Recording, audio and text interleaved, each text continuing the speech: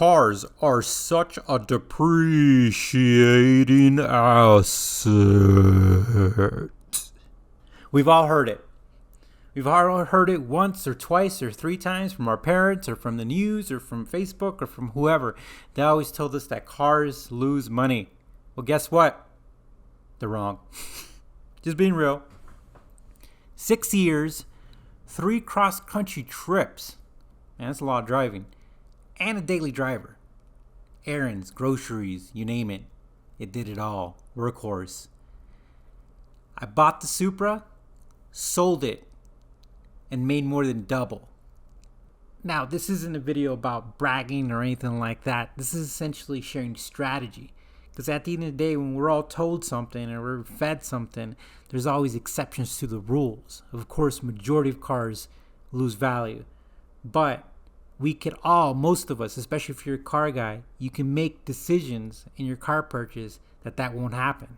You know, I knew the Supra wasn't going to lose value, it was going to gain.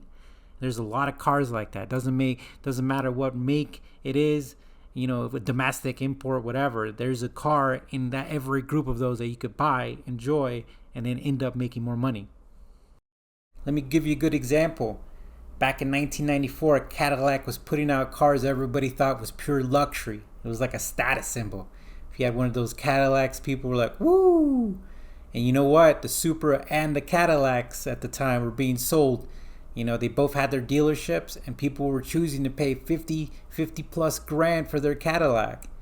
And at the time they were like, man, I ain't buying no Toyota. Let me tell you, those Cadillacs are sitting in junkyards for real because they had a lot of electrical problems, but just in general. And I mean, I don't even know if they're worth anything now, pretty much. But your Supra, 6 digits, it's all about choice. So that's why when I look at cars, I look at how much production do they have. Is it actually a good car? Does it drive good? It's got good engineering.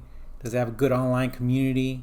Do people really enjoy it, working on them, or the community's good? You know, stuff like that. I mean, essentially, everybody has the choice of the Cadillac or the Supra. Now, don't get me wrong.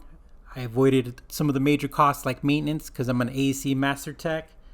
But you don't have to be all that to work on your cars. You could do that by just getting a service manual. So I know that saved me a lot of money. But at the end of the day, I had just typical recurring costs like insurance and registration and taxes. But overall, it was just a straight win. A good example, I was at a car meet. This guy was like, yeah, man, I just sold my 458, made 150 grand on it. Really?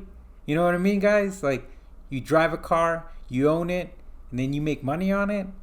I mean, that's the way to do it.